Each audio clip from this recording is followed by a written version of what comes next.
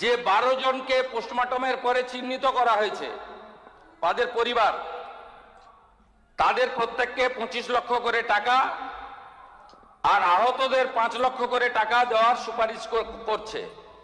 কি করেছেন আপনারা?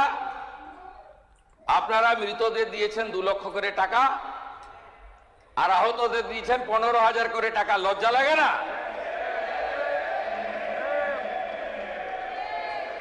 আপনারা নিহতদের দিয়েছেন 2 লক্ষ করে টাকা আর আহতদের দিয়েছেন 15,000 করে টাকা, আর কমিশন বলেছে নিহতদের দিতে 25 লাখ করে টাকা, আহতদের 5 লক্ষ করে টাকা। এরপরেও আপনারা এইসব করেন।